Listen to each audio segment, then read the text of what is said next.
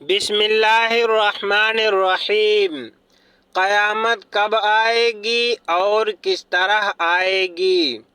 جب نشانیاں پوری ہو جائیں گی اور مسلمانوں کی بغلوں سے وہ خوشبودار ہوا گزرے گی جس سے تمام مسلمانوں کی وفات ہو جائے گی، تو اس کے بعد پھر 40 برس کا زمانہ ایسے گزرے گا جس میں کسی کی اولاد نہ ہوگی، یعنی 40 برس سے کم عمر کا کوئی نہ ہوگا، اور دنیا میں کافر ہی کافر ہوں گے، اللہ کہنے والا کوئی نہ ہوگا۔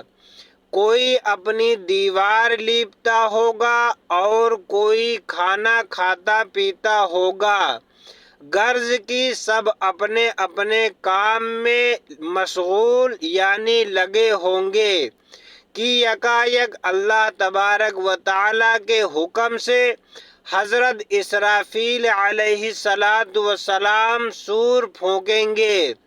پہلے اس کی آواز ہلکی ہوگی اور بعد میں دھیرے دھیرے بہت کڑی ہو جائے گی۔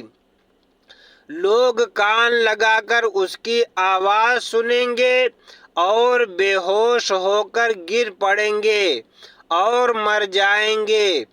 بعد پھر زمین، آسمان، دریا، پہاڑ، یہاں تک کہ خود سور اور اسرافیل علیہ السلام اور تمام فرشتے فنا ہو جائیں گے۔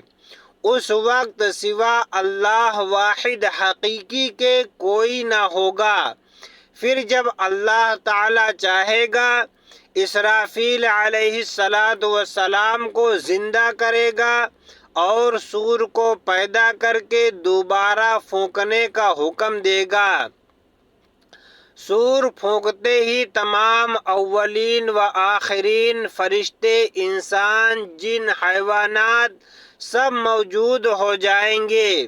لوگ قبروں سے نکل پڑیں گے، ان کا اعمال نامہ ان کے ہاتھ میں دیا جائے گا اور حشر کے میدان میں لائے جائیں گے۔ یہاں حساب و جزا کے انتظار میں کھڑے ہوں گے۔ زمین تانبے کی ہوگی، سورج نہایت تیزی سے سر سے بہت قریب ہوگا، گرمی کی سختی سے بھیجے کھولتے ہوں گے، زبانیں سوکھ کر کانٹا ہو جائیں گی، بادوں کے منہ سے باہر نکل آئیں گی، پسینہ بہت آئے گا، کسی کے ٹخنے تک، کسی کے گھٹنے تک، کسی کے منہ تک، جس کا جیسا عمل ہوگا ویسے ہی تکلیف ہوگی۔ پھر پسینہ بھی نہایت بدبودار ہوگا۔ اسی حالت میں بہت دیر ہو جائے گی۔ 50,000 برس کا تو وہ دن ہوگا اور اسی حالت میں آدھا گزر جائے گا۔ لوگ سفارشی تلاش کریں گے جو اس مصیبت سے چھٹکارا دلائے اور جلد فیصلہ ہو۔ سب لوگ مشورہ کر کے حضرت آدم علیہ السلام کے پاس جائیں گے۔ وہ فرمائیں گے کہ حضرت نوح علیہ السلام کے پاس جاؤ۔ وہ حضرت ابراہیم علیہ السلام کے پاس بھیجیں گے۔ حضرت ابراہیم علیہ السلام حضرت موسیٰ علیہ السلام کے پاس جانے کے لیے کہیں گے۔ حضرت موسیٰ علیہ السلام حضرت عیسیٰ علیہ السلام کے پاس بھیجیں گے۔ حضرت عیسیٰ علیہ السلام ہمارے آقا و مولا رحمت عالم سرور انبیاء محمد مصطفیٰ صلی اللہ تعالی علیہ وآلہ وسلم کے پاس بھیجیں گے۔ جب لوگ ہمارے حضور اکرم صلی اللہ تعالی علیہ وآلہ وسلم سے فریاد کریں گے اور شفاعت کی درخواست لائیں گے تو حضور اکرم صلی اللہ تعالی علیہ وسلم فرمائیں گے کہ میں اس کے لیے تیار ہوں۔ یہ فرما کر بارگاہ الہی میں سجدہ کریں گے۔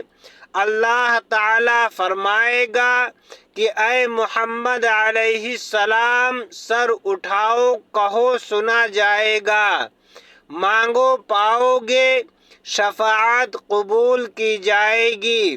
اب حساب شروع ہوگا، میزان عمل میں اعمال تولے جائیں گے۔ اپنے ہی ہاتھ پاؤں بدن کے اعضاء اپنے خلاف گواہی دیں گے۔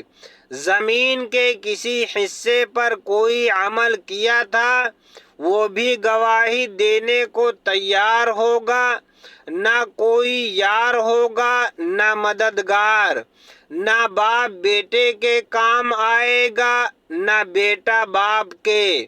اعمال پوچھے جا رہے ہیں، زندگی بھر کا سب کیا ہوا سامنے ہے۔ نہ گناہوں سے انکار کر سکتا ہے، نہ کہیں سے نیکیاں مل سکتی ہیں۔ اس بے کسی کے وقت میں دستگیر بے کسا حضور پرنور محبوب خدا محمد مصطفیٰ صلی اللہ تعالی علیہ وآلہ وسلم کام آئیں گے اور اپنے ماننے والوں کی شفاعت فرمائیں گے۔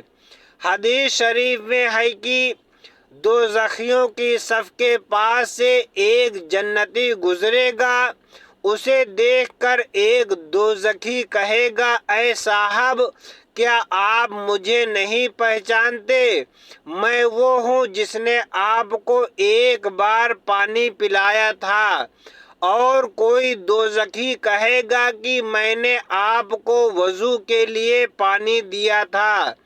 تو وہ جنتی اس کی شفاعت کر کے اس دوزخی کو جنت میں داخل کرائے گا۔ اس سے معلوم ہوا کہ گنہگاروں بدکاروں نے اگر دینداروں پرہیزگاروں کی مدد و خدمت کی ہوگی تو آخرت میں اس کا نتیجہ پائیں گے اور اس کی سفارش کی مدد سے جنت میں جائیں گے۔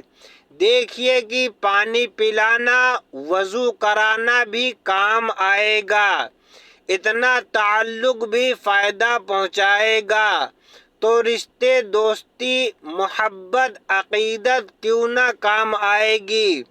حضور پرنور سرکار مصطفیٰ صلوات والسلام علیہ فرماتے ہیں کہ اپنے امت میں سب سے پہلے جن لوگوں کی میں شفاعت کروں گا وہ میرے اہل بیت ہوں گے۔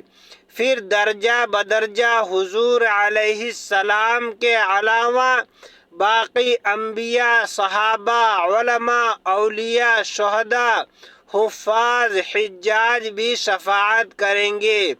لوگ علماء کو اپنے تعلقات یاد دلائیں گے۔